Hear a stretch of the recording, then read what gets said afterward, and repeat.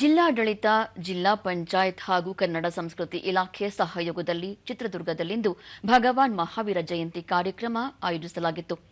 ಅಪರ ಜಿಲ್ಲಾಧಿಕಾರಿ ಬಿಟಿ ಕುಮಾರಸ್ವಾಮಿ, ನಗರಾಭಿವೃದ್ಧಿ ಪ್ರಾಧಿಕಾರದ ಅಧ್ಯಕ್ಷ ಎಂಕೆ ತಾಜ್ಪೀರ್, ಆಕಾಶವಾಣಿಯ ಡಾ ನವೀನ್ ಮಸ್ಕಲ್ ಮತ್ತಿತರರು ಮಹಾವೀರರ ಭಾವಚಿತ್ರಕ್ಕೆ ಪುಷ್ಪನಮನ ಸಲ್ಲಿಸಿದರು.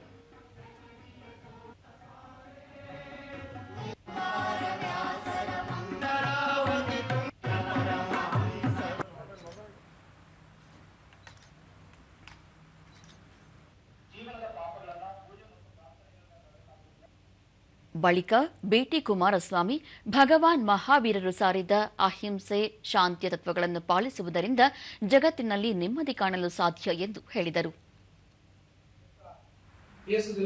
ಕಾಲಕ್ಕೆ ಕಾಲಘಟ್ಟ ಬಂದಿರುವ ಸಂದರ್ಭದಲ್ಲಿ ಮಹಾವೀರರವರ ಏನು ತತ್ವ ಮತ್ತು ಸಂದೇಶ ಆಗಲೇ ನಮ್ಮ ಉಪನ್ಯಾಸಕರು ಹೇಳಿದ್ರು, ಲೌಕಿಕದಿಂದ ಅಲೌಕಿಕ ಕಡೆಗೆ ಈ ಒಂದು ಜೈನ ಧರ್ಮ ಕೊಂಡೊಯ್ಯಿತು. ಎಂಕೆ ತಾಜ್ಪೀರ್, ಪ್ರತಿಯೊಬ್ಬರೂ ಮಹಾವೀರರ ತತ್ವಗಳನ್ನು ಅಳವಡಿಸಿಕೊಂಡರೆ ಜಗತ್ತು ಶಾಂತಿಯಿಂದ ನೆಲೆಸಲು ಸಾಧ್ಯ ಎಂದು ತಿಳಿಸಿದರು.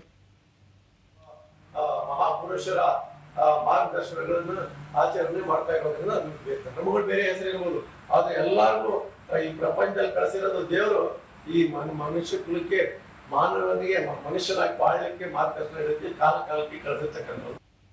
ಡಾಕ್ಟರ್ ನವೀನ್ ಮಸ್ಕಲ್, ಆದಿಕವಿ ಪಂಪ ಹೇಳಿದಂತೆ ಮನುಷ್ಯ ಕುಲಂ ತಾನೊಂದೇ ವಲಂ ಎಂಬುದು ಜೈನ ಧರ್ಮದ ಮೂಲ ಆಶಯವಾಗಿದೆ.